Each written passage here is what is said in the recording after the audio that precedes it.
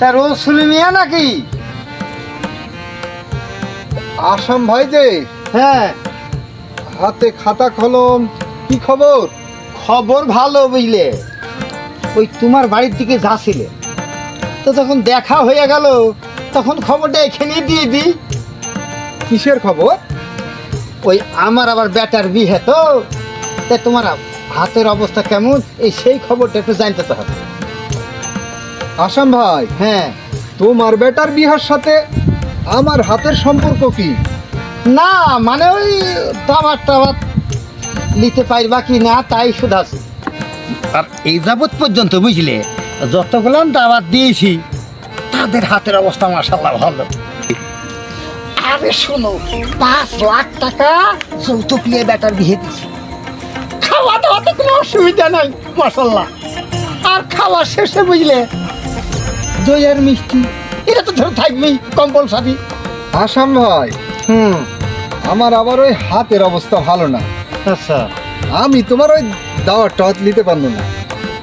না নিতে পারলে আর কি করার, তাইলে আমি চাই আর সব যেগুলো বাকিগুলো আছে তাদেরকে একটু। আরে হ্যাঁ হ্যাঁ, আসি গে। যাও দেখো কার কার হাতের অবস্থা ভালো, দেখো। আচ্ছা,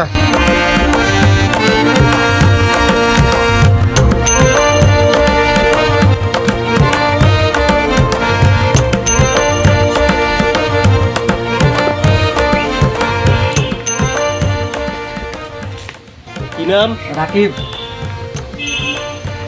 বাড়ি কোনখানে? গোলহাড়ে।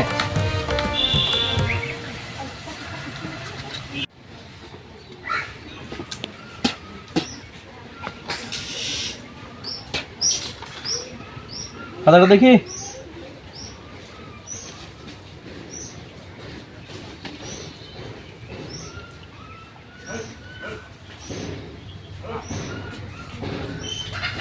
না, উপহার দিলেন না কিছু না, নাম লিখে চলে গেছেন। আমার উপহার লাগে না, আর সামনে আসলে খাতাটা তো দেখাবা। ঠিক আছে, আসলে দেখাবো। ঠিক আছে, তাহলে মনে করে দেখাইও। আচ্ছা ঠিক আছে, দেখাবো।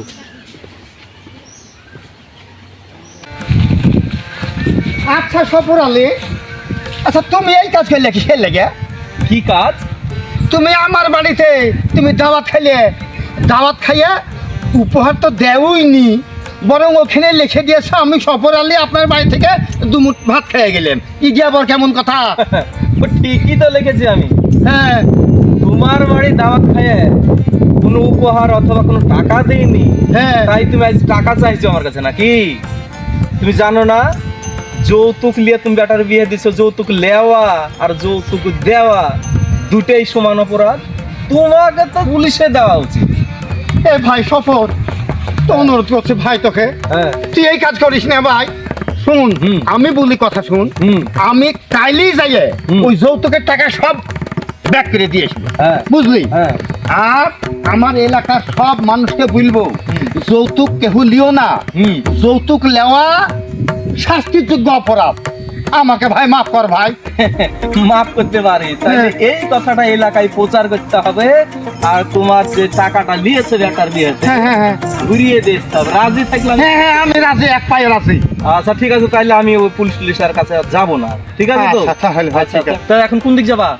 আমি ভাবছি বাড়ির দিকে যাই। তো ঠিক আছে, যাও। আমার আবার ওই অফিসে কাজ আছে, একটু কাজটা সারি। হ্যাঁ হ্যাঁ, হ্যাঁ ঠিক আছে, যাও তাহলে, যাও। হ্যাঁ আচ্ছা, আচ্ছা, যাও যাও।